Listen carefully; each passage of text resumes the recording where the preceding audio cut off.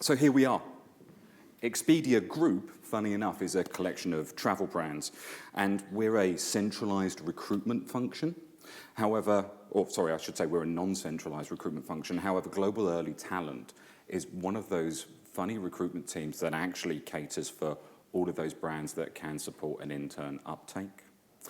We see ourselves as a tech business that is a platform for all kinds of travel activities. And we're not just a travel business with a website or a travel agent. We're a platform for doing all kinds of things related to what you want to do with your holiday or what you want to do with your corporate travel. At last count, we're 21,000 people globally and 2,000 people in London. And as a EMEA Global Early Talent team, we recruited into about 18 different European offices last year.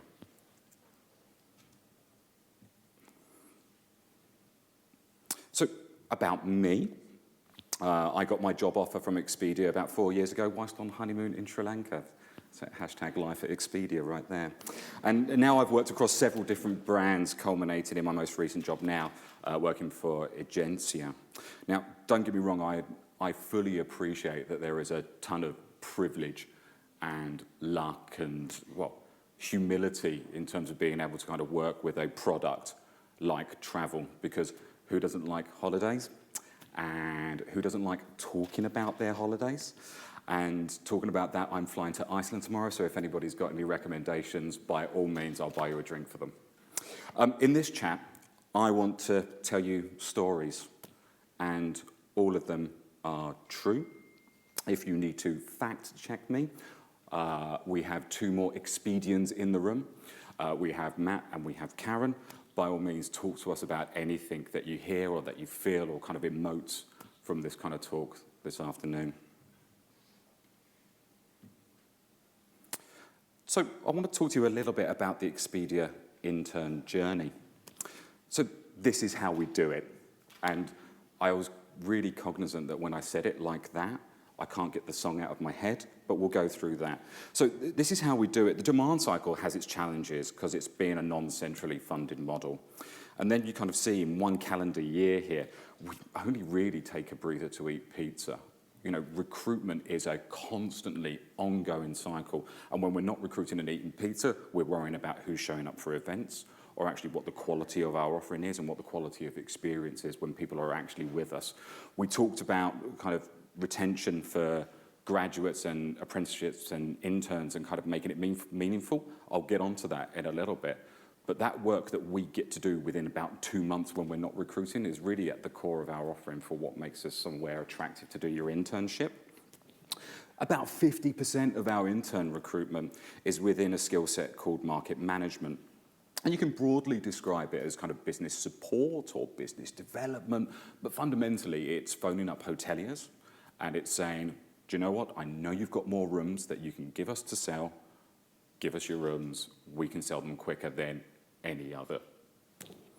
So the need is spread across, as I mentioned, 18 different areas, and our headcount is rolling. And we do a really good job in this area, okay? But there's something that's been happening that's just giving us a little bit of an itch, a little bit of a pain point, and I'm going to tell you a little bit more about that in a bit. Interns in this area spend about 6 months with us, and with headcount availability, after that, we offer them permanent roles. Now, we just discussed a moment ago that it's all well and good about creating that platform where interns become managers and managers recruit interns, and then this wonderful experience happens. And that's great. That's what we're thriving on. We're building the base. We're kind of integrating what that early talent need actually is. I'm more concerned about kind of when things go wrong and when that doesn't actually happen. So, in some areas we do really well, but the areas that we don't, that's actually what I want to share stories on with you. And hopefully you can ask me questions and we can have a further discussion on that. This last season just gone within market management, we filled our roles a whole 20 days faster than last year, which we were absolutely chuffed with, as you could imagine.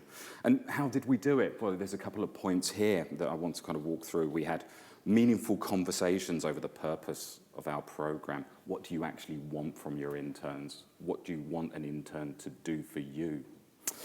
We had discussions about what locations suit the business, and I'm reasonably confident that most people have had this situation before where you run away and you do this wicked piece of recruitment and then a manager comes back to you and says, do you know those roles in Berlin? I actually need them in Jordan.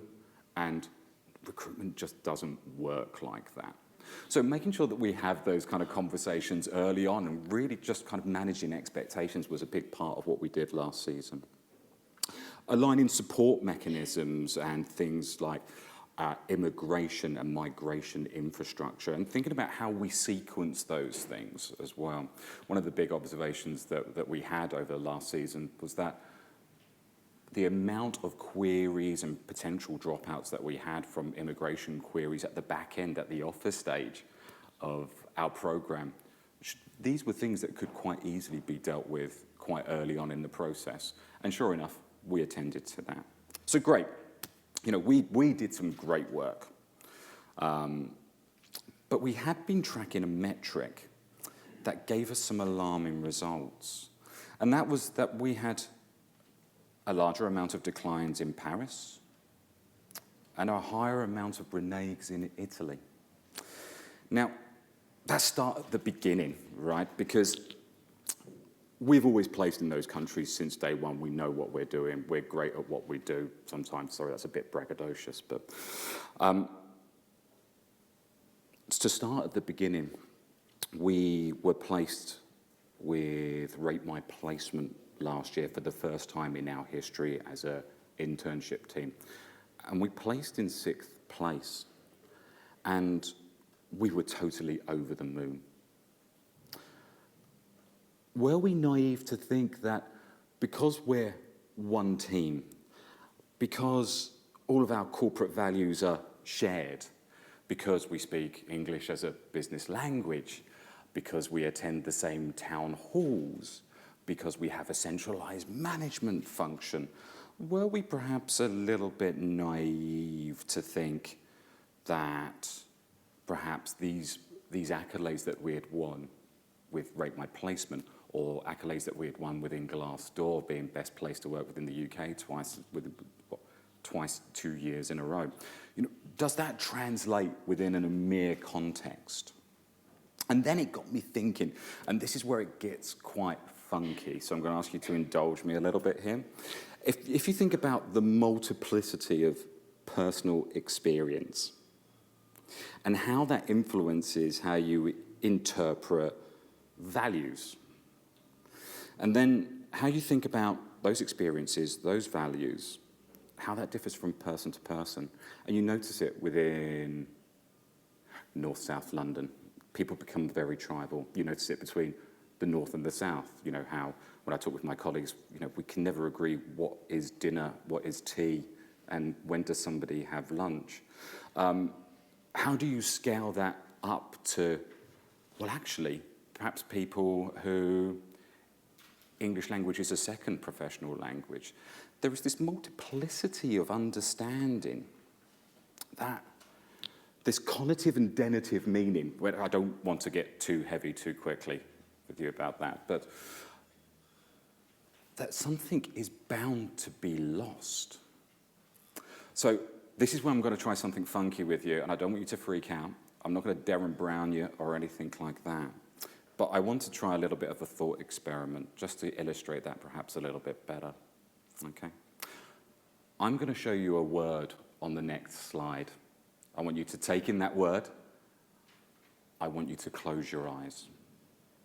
I want you to think about that word. Okay?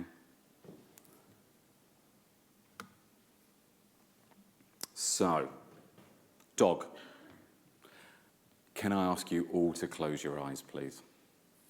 And can I ask you to think about the concept of dog, or DAG, or doggo, or whatever, okay? I want you to envisage a dog. And when you've got this vision of dog, dogness, or something like that, Can you raise your arm, please? Think about your quintessential essence of dogness. Super. I see most of you have your hands up, not all of you, but that'd be fine. So of those that have your hands up, could I ask, perhaps put your hands down if you're thinking of a Labrador? If you're thinking of a poodle, or maybe an Alsatian, and this is a particularly very dangerous one, of a pug. There we go. And everyone open your eyes. And just have a quick look. You know, a couple of hands have dropped there, and this is just something really as simple as the concept of dog. I want to share something with you as well. Okay, because when I think about dog, this is the dog that I think about, and his name was Max, and he was my parents' dog in the 80s, and he was a real character. As you can see, he's a massive blue Great Dane, and you can see there, 1980s Auntie Julie there for scale, looking trendy as. Cheers, Auntie Julie. Now, think of all the possible answers that people gave, and think of such a simple word as dog, and think about the complications of scaling that up to our core values. For instance, our employee value proposition, our branding, our strategy, the real core of our offering to what we're going out to the rest of the world and kind of saying, well, this is kind of why you're going to love us. Things get quite complicated. Now, I'm not going to labour the point here from dog, but to something more complicated there. These are our group strategic pillars. How can we translate these sincerely to make something more meaningful in the candidate experience? How do we make you love us like I love us? And I think with that in mind, that's where I really want to kind of start the talk about what we're actually doing at the moment, okay? And I want to talk about using authentic voices for global messaging. How do we dent these barriers of understanding? And there are two main approaches that I see, and I'd welcome any opinions here as well, because we're learning. And that is top-down and bespokely bottom-up. So top-down, plans are in place now to lean on our CEO further, and we heard this on the talking panel about the authenticity of having senior managers talking to you, sharing experiences, investing their time in you. We're leaning on our CEO further, who attended our regional intern program in person to speak to the interns. And it's a sincere gesture to break down those perceptions of what top management is like. And with plans afoot to scale that up, perhaps with video content or perhaps other potential partners or presidents at certain levels that can travel better regionally. Incidentally, some of those senior presidents that we have within region, they've been interns themselves. Really good, authentic voices to kind of have and get out there. We also leverage these kind of relationships by kind of holding lunch and learns. In London, we have senior leaders that come and hold workshops or come and hold a Q&A. One of the big learnings that we had was, how can we extend that to other European offices?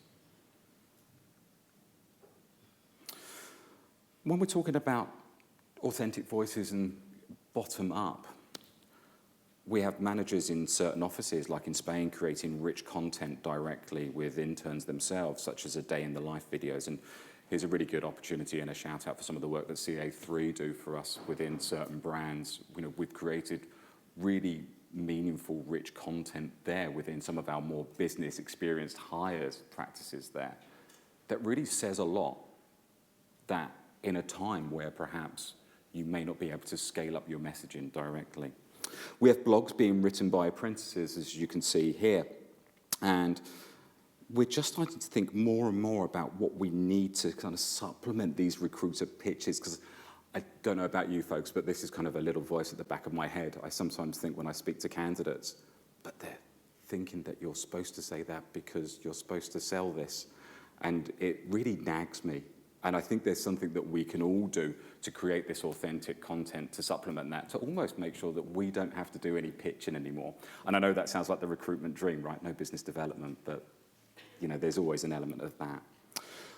We're Also asking candidates, or perhaps people that we've converted as interns in specific countries, to be our campus ambassadors within certain regions at the moment. And I think that's really powerful, because the almost unguarded stories that they have is perhaps more valuable than anything that a recruiter could say.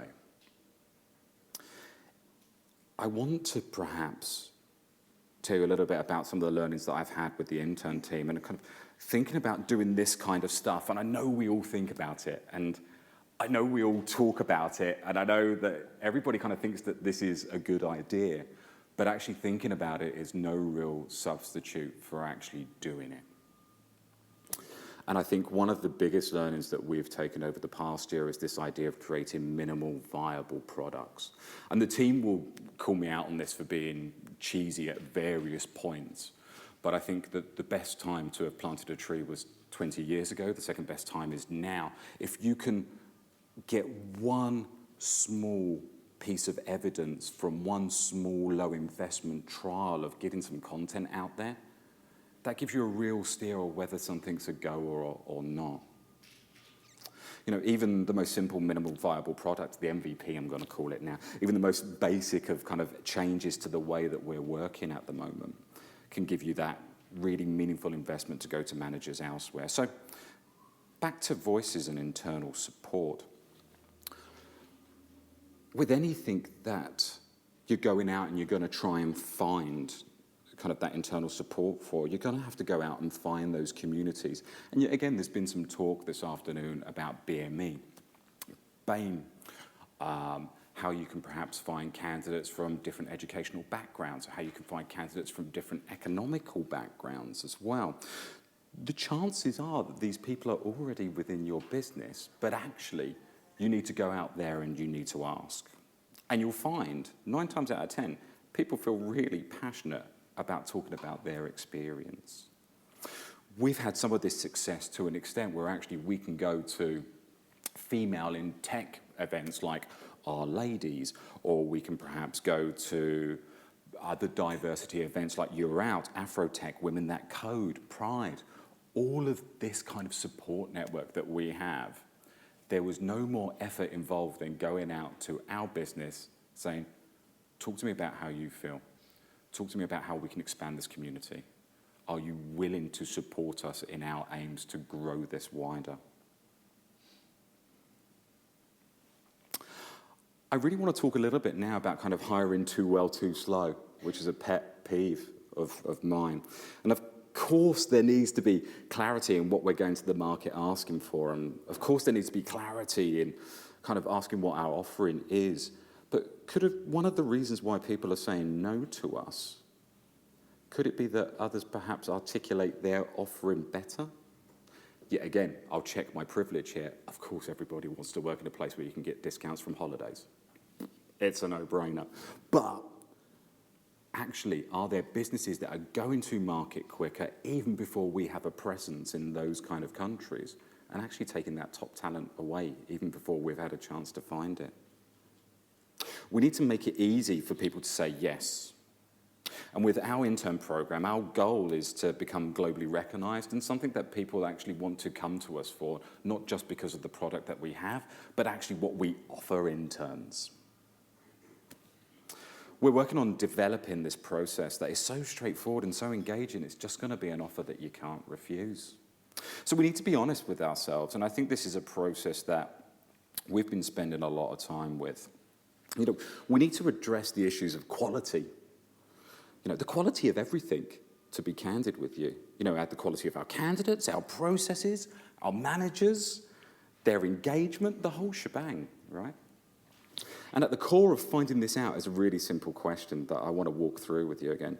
Spoiler alert, it's right there. I'd encourage anybody to ask this question of anything that they interact with at any time. And before you start asking this question quite flippantly, there's perhaps a couple of caveats and a couple of rules to use this as a really powerful tool. And that is, you know, clear your mind of practicalities. You know, don't second guess what you think you can or can't do, or don't think about what people perhaps want you to do. Just be as ambitious and outrageous as you want, and take a deep breath and ask, well, what does good look like? It sounds simple, but there's real discipline that you need within that. You need to give yourself an honest answer. There's no ifs and there's no buts.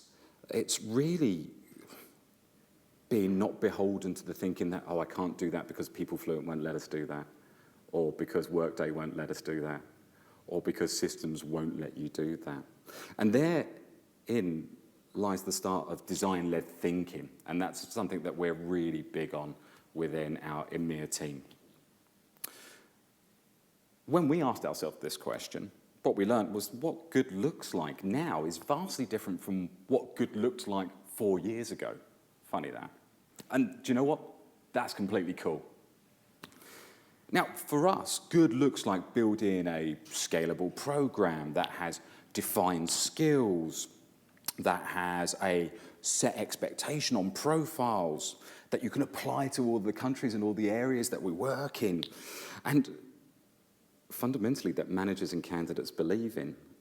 And you know what, upon assessment, I think we're reasonably close, So let me go back to that market management profile that I was discussing with you previously, the people that pick up the phones and speak to hoteliers. When we're seeing declines in Italy and when we're seeing declines in reneges in Paris, when we asked ourselves, what does good look like in a candidate?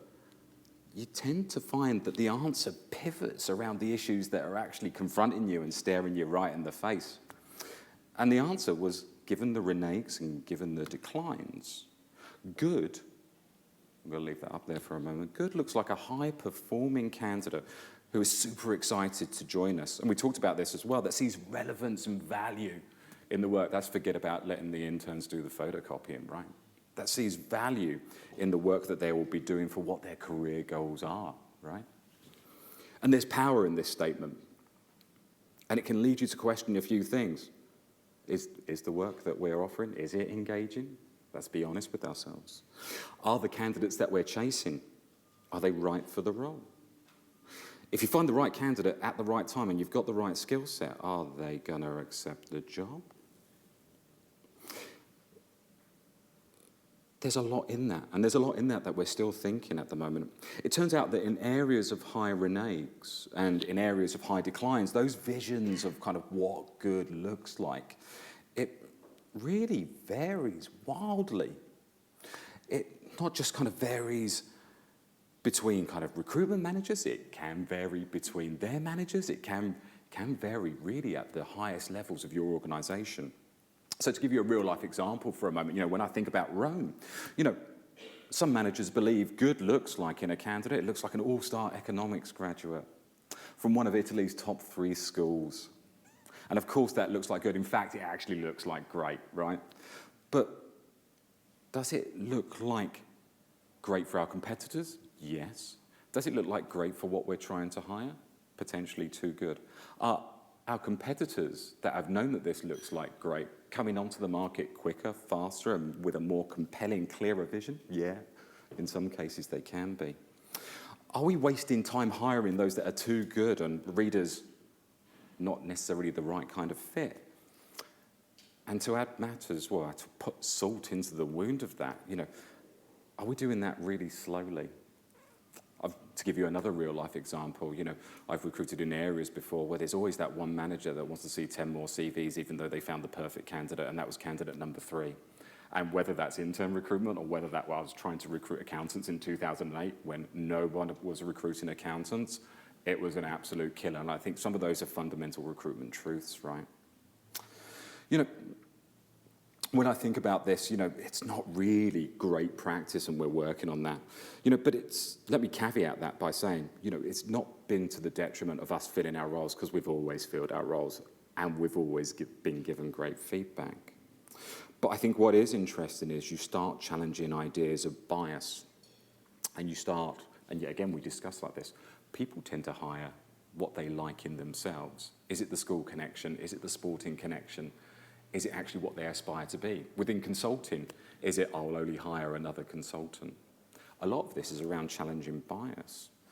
So a lot of the work that we're doing is trying to address that. but also how we go and show people why they're going to love us rather than us just tell them.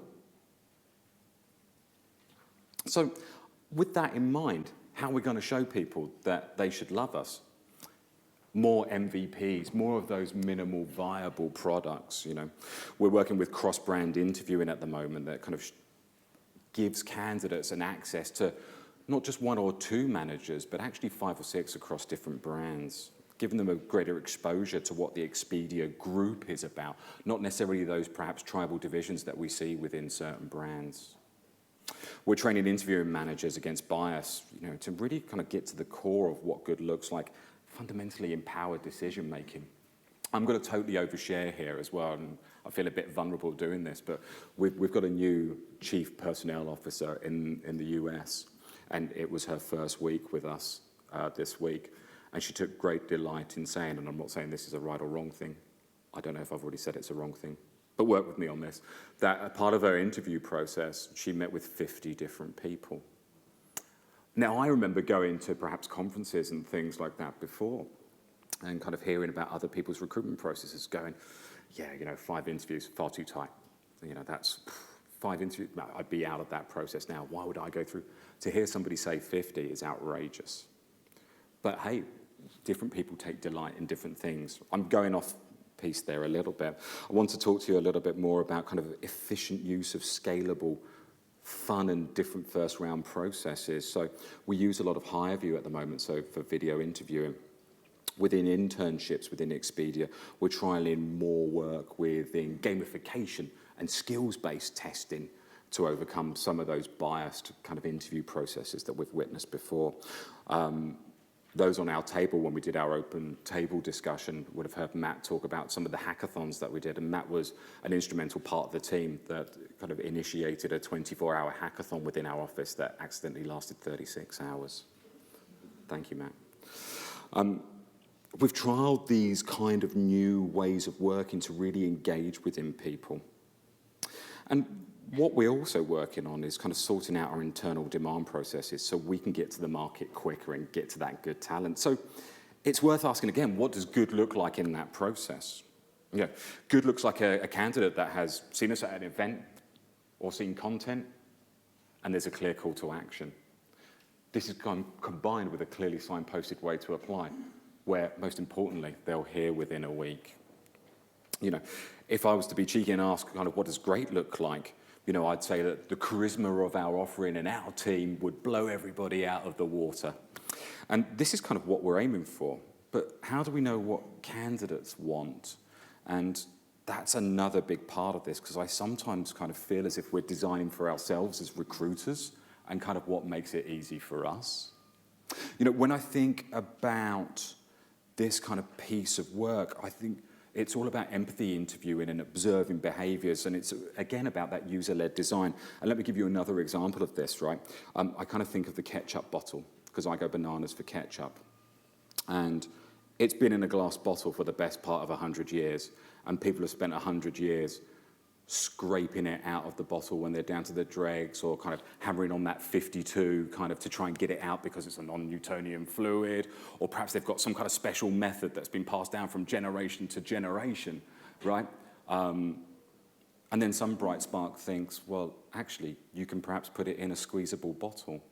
You can then perhaps put the lid at the bottom so it always stands at the bottom. And I sometimes worry that when you're in the thick of a problem, sometimes you get apathetic about trying to solve for it. Or sometimes you just can't see the wood from the trees, right? I think there was an element of perhaps struggling to see what some of our problems were, and often we made assumptions on what were our customer problems.